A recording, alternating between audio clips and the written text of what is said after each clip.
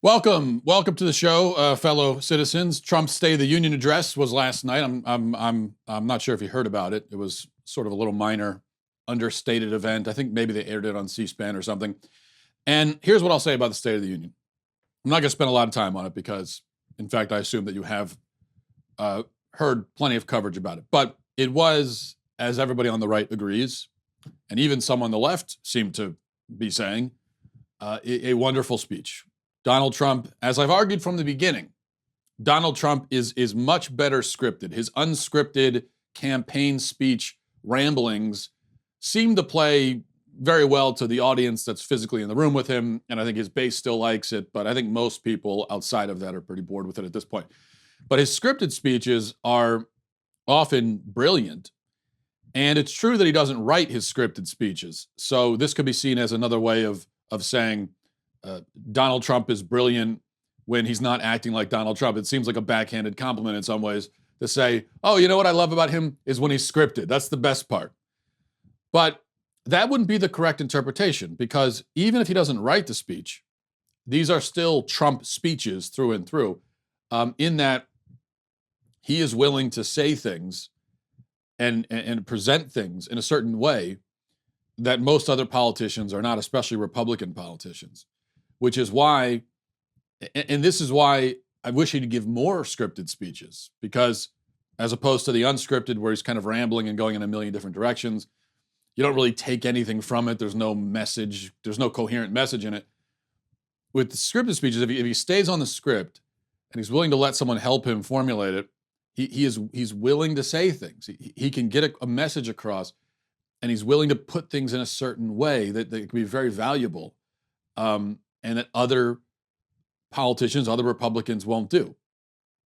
So during the State of the Union address, not just this one, but his other State of the Union addresses, we hear things about abortion, protecting life, the family, protecting religious liberty, that we wouldn't hear from other Republicans, except in a very roundabout way. They would allude to it. But Trump just goes right into it and talks about it in a style we wouldn't hear from anybody else. But sometimes, though, it's kind of subtle, which is surprising because you don't expect to hear the word subtle and Trump used in the same sentence. But I'll play a clip for you from last night. I'm only going to play a couple of clips, but this is him talking about late-term abortion, and there was something subtle in this, maybe you'll pick up on, that I thought was really good. Listen to this.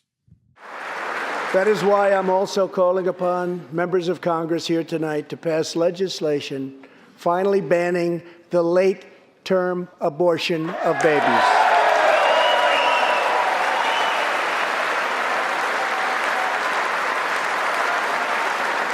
Whether we are Republican, Democrat, or Independent, surely we must all agree that every human life is a sacred gift from God. As we support America's moms and dads, I was recently proud to sign the law providing new parents in the federal workforce paid family leave, serving as a model for the rest of the country.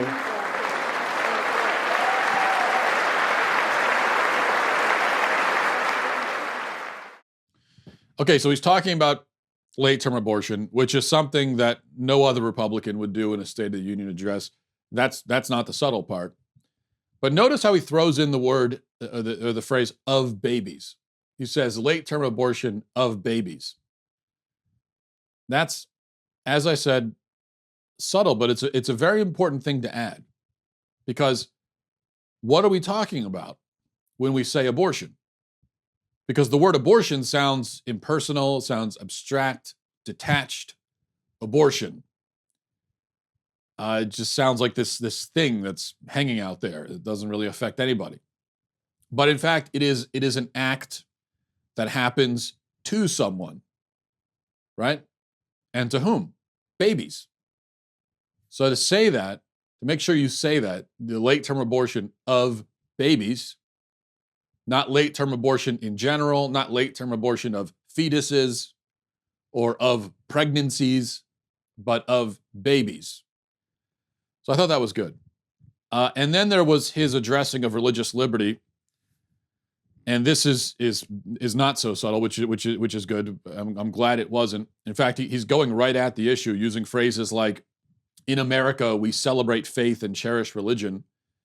And this, again, is handled in a way that I think only Trump would handle it. Listen to this. In America, we don't punish prayer. We don't tear down crosses. We don't ban symbols of faith.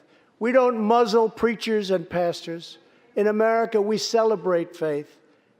We cherish religion.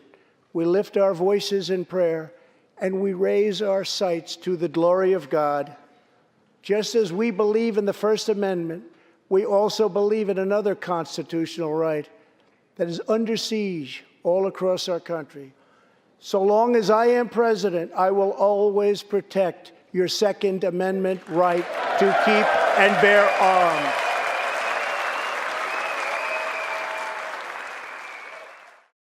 So for me, these are the highlights. These are the take-homes, right? These are the things that we should remember.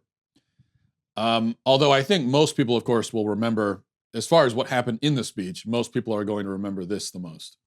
For the past 7 months, she has done it all while her husband, Sergeant First Class Townsend Williams, is in Afghanistan on his 4th deployment in the Middle East. But Amy, there is one more thing. Tonight, we have a very special surprise. I am thrilled to inform you that your husband is back from deployment. He is here with us tonight, and we couldn't keep him waiting any longer.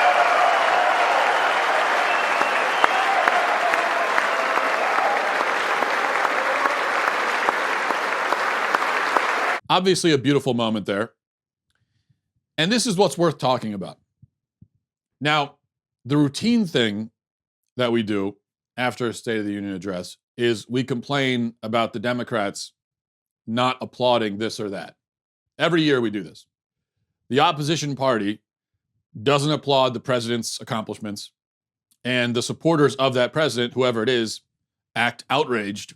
How could you not applaud that?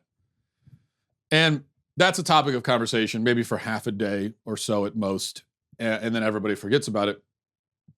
And all of that, the applauding and everything and deciding when to applaud and when not to, it's pageantry, doesn't really mean anything. Speaking of which, speaking of pageantry, I'm going to be very much in the minority on this, I understand. So I'm taking a minority position, which is something you're probably not surprised by. I do it somewhat often. Much to the chagrin of some people who watch this show. The thing people are really talking about today, of course, is this moment.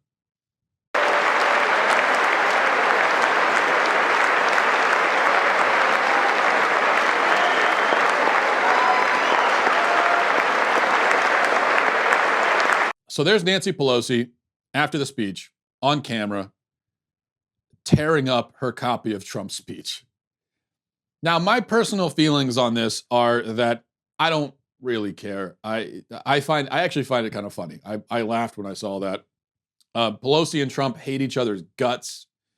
They're constantly cutting each other down, ripping each other apart, taking petty digs at each other. I mean, Trump calls her Crazy Nancy. That's his name for her that he refers to her by, which I know we take this for granted, but that has not been normal decorum for presidents in the past, where they have a nickname like Crazy So-and-so for their political, for not just their political enemies, but the people they're supposed to be working with. Calls her Crazy Nancy. Now, okay, doesn't really bother me that much that he says that. And he's not wrong either. So, but I see this as another volley in that feud. And it doesn't bother me. And the outrage for people on the right, well, how dare she do that? How dare she? Like, come on. First of all, you don't really care. You're not that offended by it.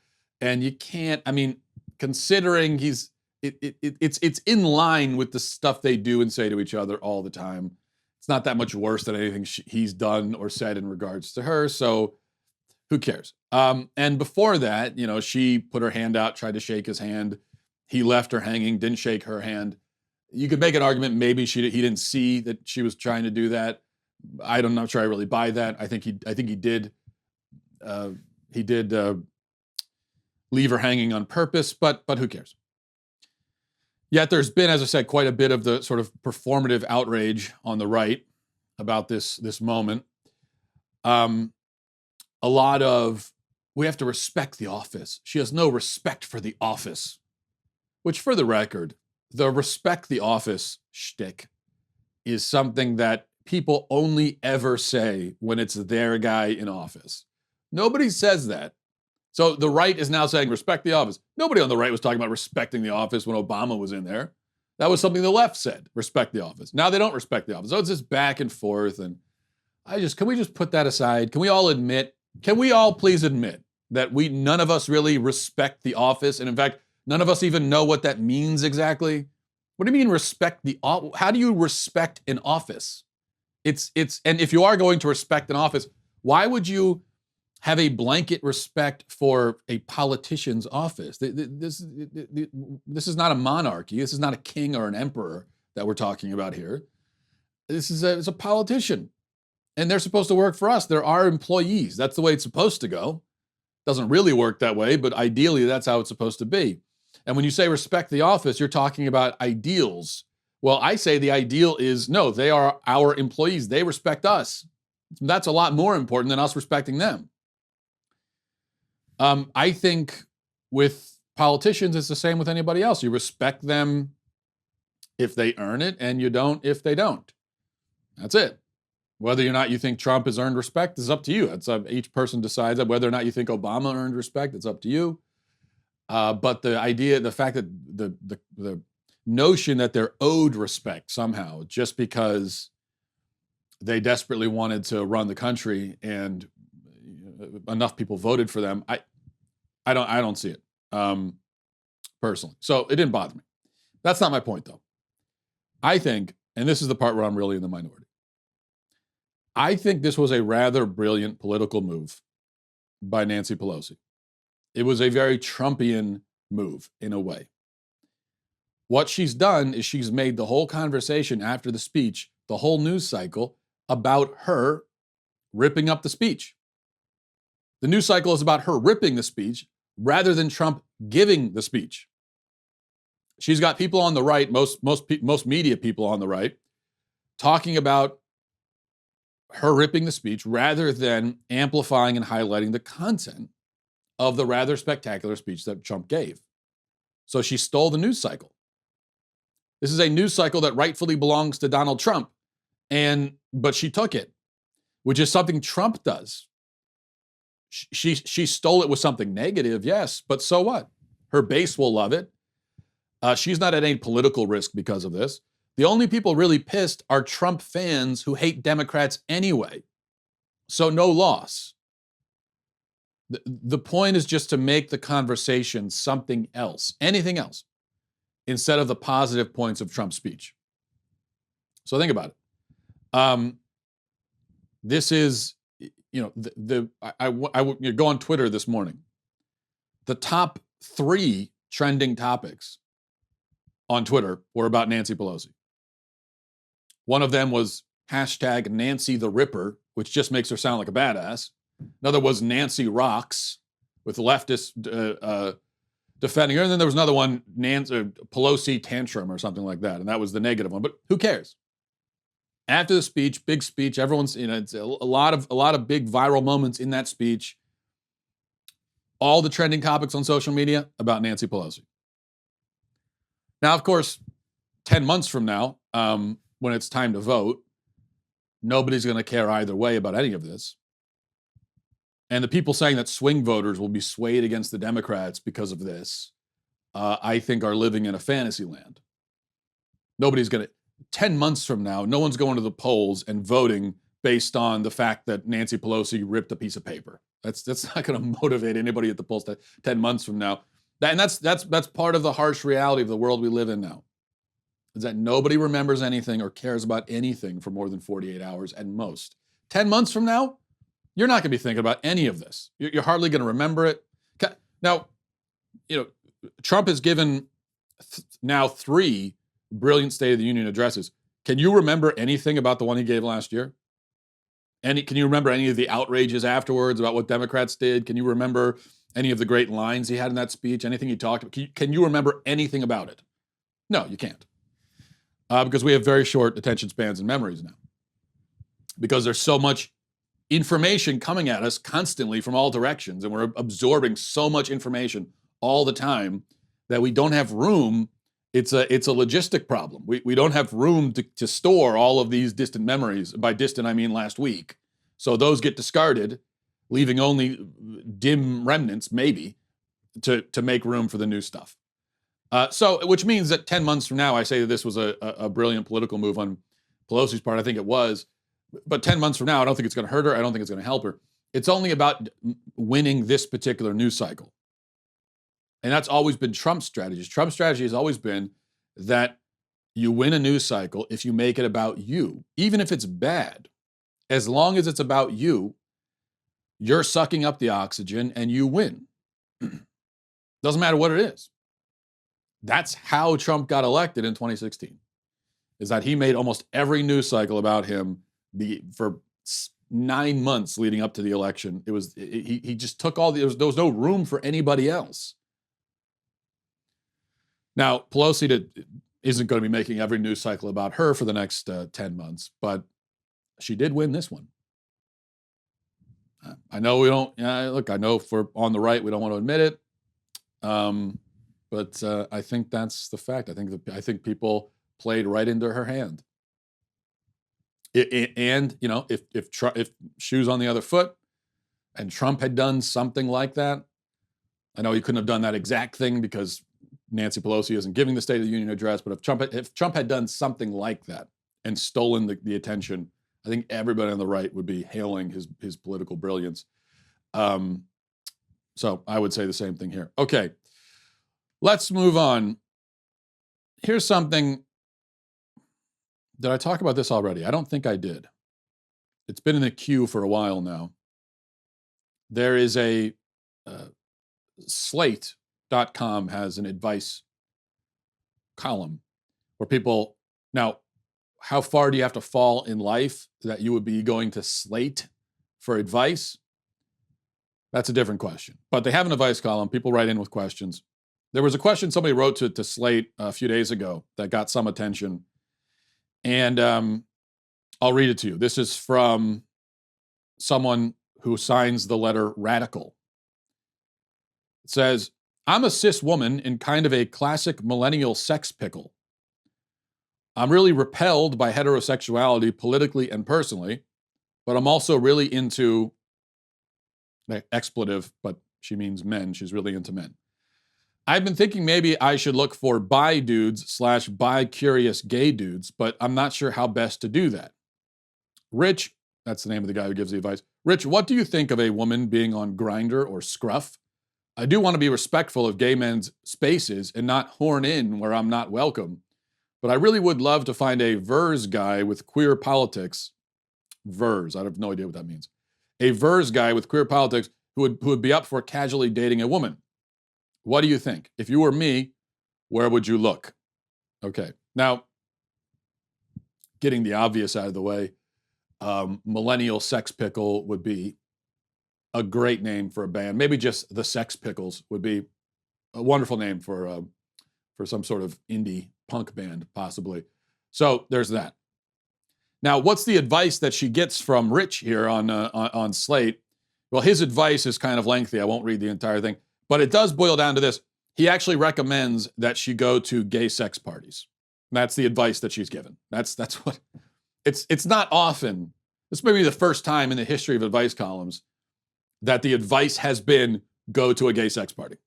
But that's the advice he gives. Okay. The only thing I take from this, and I know this is obviously an extreme example, that's why it went viral, but I think what you see here is identity politics as a religion. This is someone for whom identity politics has become a religion, a cult. It has taken over her life to such an extent that she can't even have normal romantic relationships. And she's going to embrace a weird kind of abstinence, of sexual abstinence, at least abstaining from straight men who she's attracted to because of her political feelings, as she's politically opposed to heterosexuality. What does that even mean? How can you be politically opposed to a sexual orientation? I have no idea. And at any rate, whatever it means, aren't we not supposed to be that? Hasn't that been the whole point of the last 15, 20 years? You're not supposed to be opposed to sexual orientations? Well, yes, there's a lot of contradiction there. But the real point I take from this, as I said, is this is what identity politics does to a brain. This is identity politics taken to its logical yet extreme extent. And this is what it does to your brain. So stay off identity politics, kids. Speaking of brain damage, I wanted to get to emails in a second. But first, I wanted to just tell you, maybe as a disclaimer, if I've seen maybe a little bit off these past few days, there's a reason for that. And I think it may be because I have suffered brain damage. Well, additional brain damage on top of the brain damage I'd already suffered probably as a baby. At least that's what most people assume when they hear me share my opinions on things. Anyway, you see, over the weekend, I was downstairs in the living room, and I heard, and the twins were upstairs, and I heard from upstairs this thumping sound. It's like kind of dull thud, thump, banging sort of sound.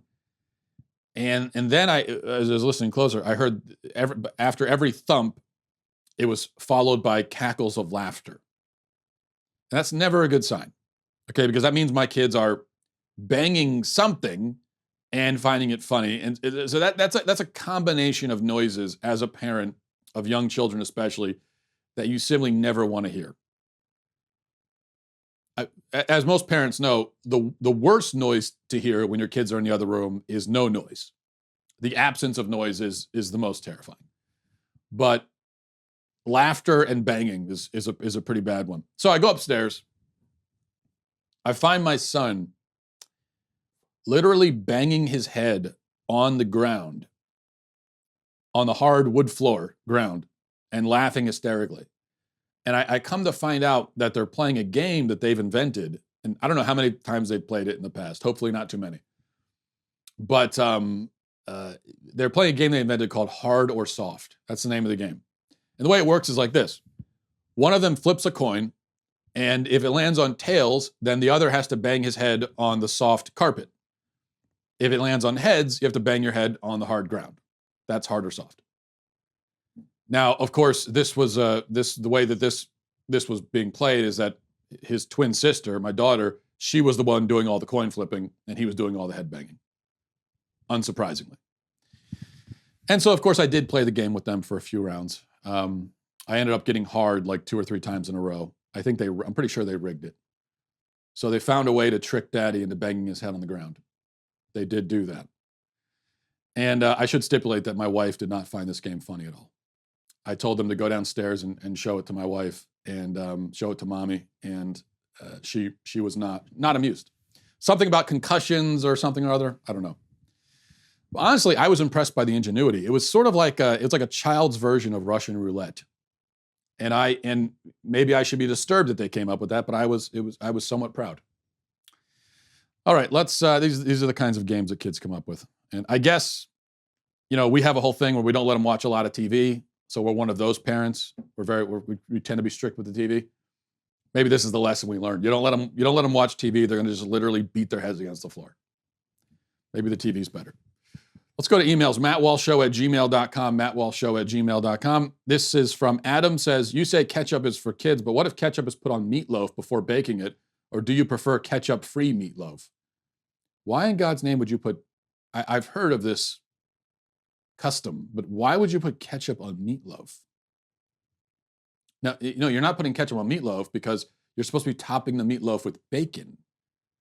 Obviously. Do you make meatloaf without bacon? Is that a thing that people do? Why would you ever do that? What would be the point of that? So no, ketchup does not belong anywhere near meatloaf or anywhere near any other kind of food. Ketchup is a sugary, sweet, faux tomato mucus. It does not, if it enhances the food, that only tells you that the food is bad. If you know how to properly make a hamburger, properly season French fries, or anything else you might put ketchup on, if you know how to really make those dishes, it shouldn't need ketchup.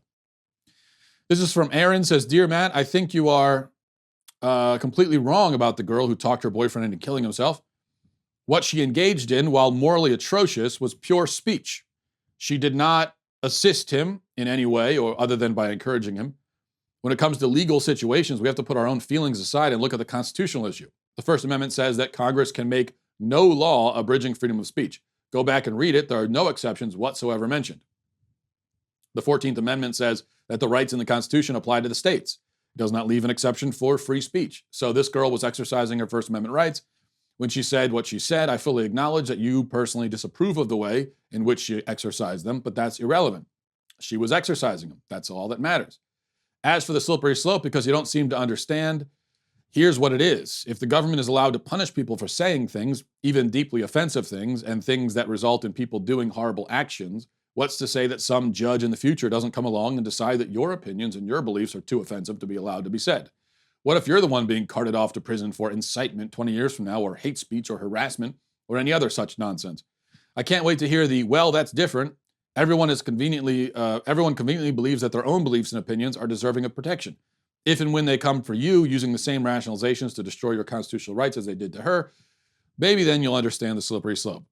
You don't have to agree with what the girl said. I certainly don't. And I agree with you that she's an atrocious human being. But the issue being explored here is whether or not she had a constitutional right to do what she did. And in that case, she certainly did. The punishment for these sorts of things should be done at the social level, not at the legal level. The law should stick to punishing actions, not speech, that really, really, really, really hurt our feelings. I know you're going to say that speech is an action, but I am talking about the expression of an opinion. And the sentence, you should kill yourself, is not an action, it's an opinion. And even if it's said 1,000 times to the same person, it remains just that, an opinion. Aaron. Okay, Aaron. So you're presenting a concept of free speech wherein literally anything that is said out loud, anything is legal, is, as you say, pure speech, as long as it's not accompanied by physical action. And even if it is, I would assume you would say it's the physical action that's the problem, not the speech. I'm not straw manning you, right? That's what you just said. That is what you said. Okay. That's the vision of free speech that you are presenting here, correct? But I noticed you didn't actually engage with my strongest argument, which had to be a calculation on your part because there's no way you missed it, which is that what Michelle Carter did was very similar, almost identical in kind, to what Charles Manson did. The death toll for Manson was larger, but that's irrelevant for our purposes. The fact is, he, using words, brainwashed a group of followers of groupies of his, and convinced them to go out and kill people. And they did. So you're saying that Charles Manson never should have gone to jail. You're saying that, in fact, a dangerous, charismatic psychopath, willing to and capable of and guilty of already brainwashing others to commit violent acts, should be allowed to remain on the street, free, even after he sends his minions to go kill people. That's what you're saying. You made no attempt to draw a distinction between this version of free speech you're articulating and Charles Manson, so I can only assume that you think he's covered. He has to be, according to what you said. And then what about calling it a bomb threat? If there's no bomb, it's just speech, right? What about slander? No physical damage is done. If somebody goes out in public and calls you a child molester, for example, well, they aren't physically doing anything. It's all verbal. And maybe it's their opinion that you are. Now, you're not, but it's their opinion that you are. That's their opinion, right? I mean, are you going to say that it's okay to express your opinions as long as the opinions are true? Well, that's a slippery slope, isn't it? I assume that's not a stipulation you would put on this.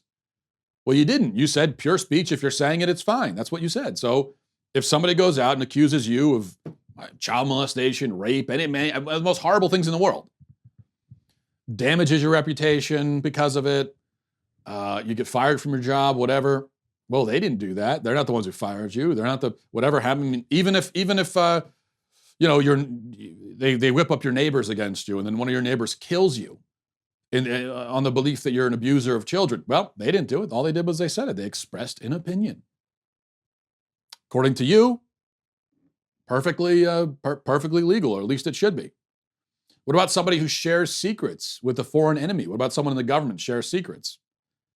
Well, as long as they are sharing it by saying it, all verbal, pure speech, lending no material support to them, it's all verbal, just expressing themselves.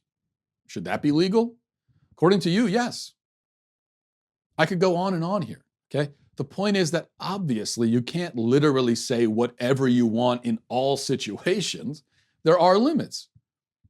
And obviously our founders never intended free speech to be an absolute unyielding dictum that legalizes literally anything and everything that a person might verbally say or write. Okay, just like the right to bear arms. It says right to bear arms. Yes, but I assume, like we talked about a few days ago, I assume you would agree that there are some limits on that. For example, I assume you would agree that your neighbor Jim should not be allowed to own a nuclear missile. I would assume that that's maybe I could be assuming wrong. Maybe you think that right to bear arms means that you can even walk around with nuclear missiles, or maybe you couldn't really walk around with them, it'd be a little heavy, but you can have them in your garage. But that is not what our founders intended. And you know what? Even if they did intend it that way, which they didn't, but even if they did, that would be crazy. And there's no reason why we should have to live by their craziness in perpetuity for all eternity just because it was their opinion. They're not gods. I mean, they wrote what they wrote, but whatever their personal opinions were, that doesn't necessarily mean we're beholden to that forever and it can never be changed. But anyway, that's irrelevant. I don't want to get hung up on that because it's clear that that's not what they intended to do. They didn't intend to legalize slander or death threats or things of that nature. So we have in this country restricted many kinds of speech, all the kinds I listed, and we have to be able to restrict them. Otherwise, imagine living in a country where slander is legal, where verbal treason is legal, death threats are legal, on and on, all the things. Imagine living in a country where you can do all of that without any kind of penalty. But that's not the kind of country we live in or have ever lived in, ever. And yet, and yes, I know you might say, well, then it's not free speech. And yeah, I agree with you. This is what maybe, I don't know if you watched the show a few days ago, but we were talking about this. And concepts like equality, rights, free speech, free, that we attach the word free to things. These are not, these are imprecise words, and they're not literally true. And I think we should probably be using different words. We're grasping at a concept. We're trying to describe something, but I think we're describing it in a way that is confusing. Because yes, I would openly say that we talk about free speech. We don't really mean it literally. Now, there is a truth there.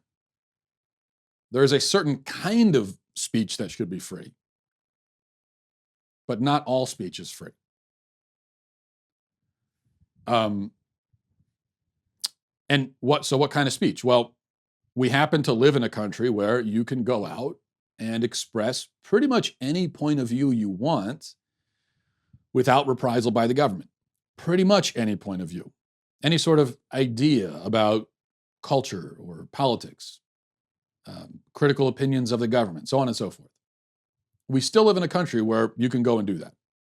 Now, you may be in for it when it comes to the big tech companies. You may get kicked off of Twitter or Facebook or whatever, and I'm not a fan of that, but that's a different thing. So your slippery slope hasn't really panned out. This thing with Michelle Carter, it's not going to make the slope any slipperier. Hers was an extreme case of her not just saying kill yourself one time, but of a prolonged campaign to manipulate a mentally ill person to kill themselves. This is so obviously illegal, so clearly a crime, that the only way to think otherwise is to have a laughably simplistic idea of free speech, and one that completely ignores how free speech is actually interpreted legally and has always been interpreted legally. I mean, what if I could spend all day talking about the absurd extremes that you would now justify with your vision of free speech. But what if I were to go up to somebody, let's say a mentally insane meth addict who's currently high on meth, and I were to go up to him and I were to start whispering in his ears, telling him that all these bad things that you've done to him. I could say, yeah, that guy over there, that guy, he insulted your mother. Yeah. That guy, he was over there. He was talking a lot of stuff about you. Yeah, you should go over there and show that guy. Yeah, you should go over there and teach that guy a lesson. Yeah, he was saying a lot of horrible stuff. You should really, yeah, you should go. And then he goes over and beats you within an inch of your life. You're saying I have no response. I am totally legally in the clear. I have purposefully incited this mentally unstable drug addict to come and beat you half to death. And it worked, and he did exactly what I wanted him to do. You're saying I'm good to go. I'm clear. I should face no legal penalties whatsoever. That's just crazy. I'm sorry. That's absolutely crazy. But if that is really how you feel, then I think you could write another email and just and acknowledge it, because I acknowledge that you think Charles Manson never should have gone to jail, that the scenario I just described of sending a crack addict or meth addict to come and beat you up should be perfectly legal. Slandering you should be perfectly legal. Calling in a bomb threat to your work, perfectly legal. If you're going to say that any of those things should be illegal, then you are admitting that there are some restrictions on speech. And if you're admitting that there are some restrictions on speech, now we just have to talk about whether or not this thing with Michelle Carter should be one of those restrictions. But you can't take this absolute principled stance anymore of saying, well, no, it's based on free speech. That argument is gone now. Now you have to look at the specifics of this case and think, well, should that kind of thing be legal in this country? The kind of thing of purposefully, really actively trying to encourage someone to kill themselves, should that be a legal thing to do? And I'm saying no. Why should it? Here's the only, if we're on a slippery slope with this, if this is going to lead to anything, because I don't think it leads to it being illegal for someone to just say, kill yourself online. And there'd be no way to enforce that anyway. And there's obviously a clear distinction to be drawn between what Michelle Carter did and someone just anonymously kind of by instinct as a reflexively saying, kill yourself like people do online. There's a difference between those two things that I think any sane person can recognize. But think about the cases, and there have been plenty of cases of this, of a disturbed person killing themselves and live streaming it on the internet. And in those cases, what you often find is that people are watching and encouraging the person to do it. Saying, yeah, do it. Yeah, kill yourself, right? In this case, this is not a reflexive thing saying to somebody on Twitter because you don't like their opinion. This is someone who's really wants to kill themselves, and you are really trying to encourage them to do it. Maybe we're leading to a place where the people who do that are prosecuted. And I say, fine, great. I don't see that as any dystopian nightmare. I don't see that as oppression or persecution. Oh my gosh, I can't. You mean I can't actively encourage a mentally unstable person to kill themselves? I'm oppressed. I'm persecuted. Come on. Let's see.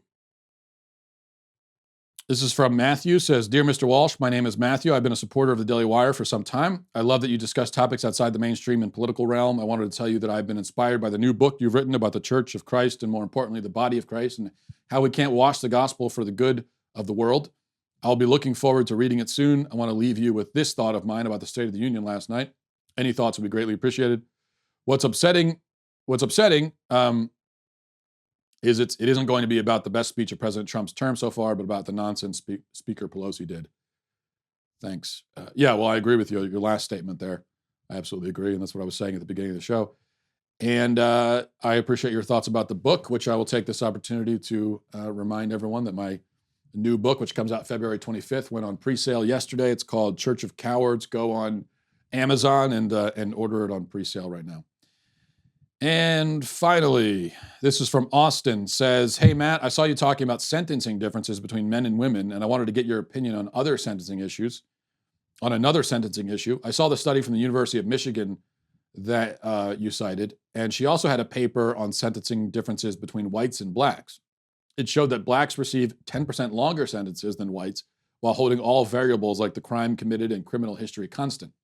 I found a similar study from the U.S. Sentencing Commission that showed blacks receive 19% longer sentences than whites with the same variables held constant. I'm a conservative and don't believe in the mystical racism hanging over everything in our lives, but I'm looking at the data from what seem to be credible sources, and it appears there could be some racial bias in sentencing. I hope conservatives can look at issues with an objective eye and not be so loyal to our ideology like the left so often is. What are your thoughts on this subject? Well, I haven't seen, Austin, the studies that you mentioned. I'll look at them. But if it holds that black people, when controlling for all variables, receive sentences up to 20% longer than white people for the same crimes, then I think it'd be impossible to deny a racial bias. I did, after all, just allege a gender bias based on the same sort of statistic. So if that's the case, then I'm not all of a sudden going to deny it here. There'd be no reason to. Look, it's never been my position that racism doesn't exist. And I don't consider it a conservative position to deny all cases of racism. At least that better not be a conservative position. So it would be a very stupid, foolhardy position to take. It's certainly not my position. I think racism does exist, of course. Obviously it does. And the whole problem with people on the left who look for racism everywhere and in everything and manage to find it everywhere and in everything, and the ones who say things like all white people are inherently racist, one of the problems is that buried under this avalanche of absurd hyperbole and generalization are actual cases of racism that get lost in the shuffle, and the word racism itself loses all meaning because of its chronic overuse. If you take any word and apply it to too many things and use it way too much and expand it into oblivion, it's going to lose its meaning. And that's what's happened with racism, which is very unfortunate because racism is a real thing. It's an important thing for us to talk about. But now it's hard for us to talk about it.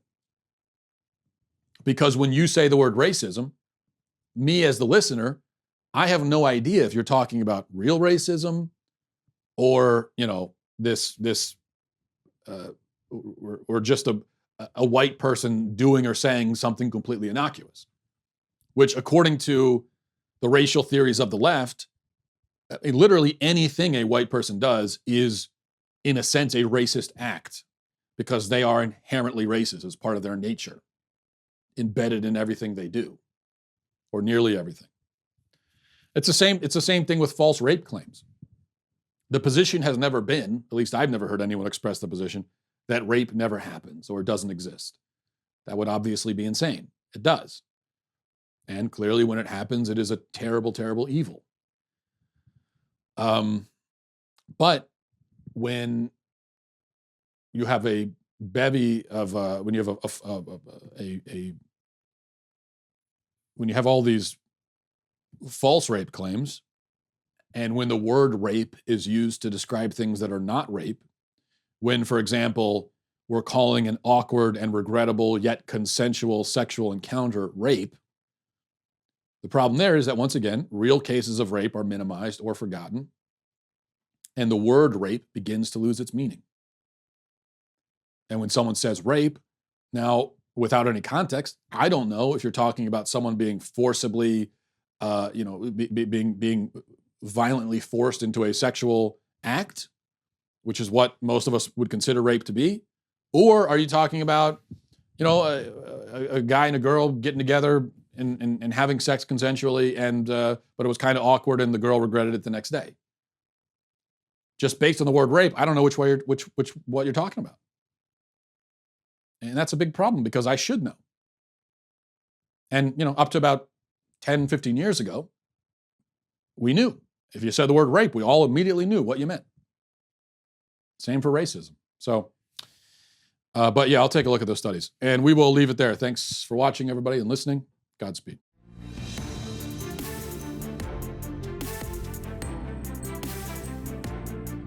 The Matt Walsh Show is produced by Sean Hampton, executive producer Jeremy Boring, senior producer Jonathan Hay, supervising producer Mathis Glover, supervising producer Robert Sterling, technical producer Austin Stevens, editor Donovan Fowler, audio mixer Robin Fenderson.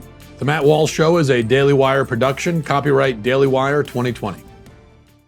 Hey everybody, it's Andrew Klavan, host of The Andrew Klavan Show. You know, some people are depressed because the American Republic is collapsing, the end of days is approaching, and the moon has turned to blood. But on The Andrew Klavan Show, that's where the fun just gets started. So come on over to The Andrew Klavan Show and laugh your way through the apocalypse with me, Andrew Klavan.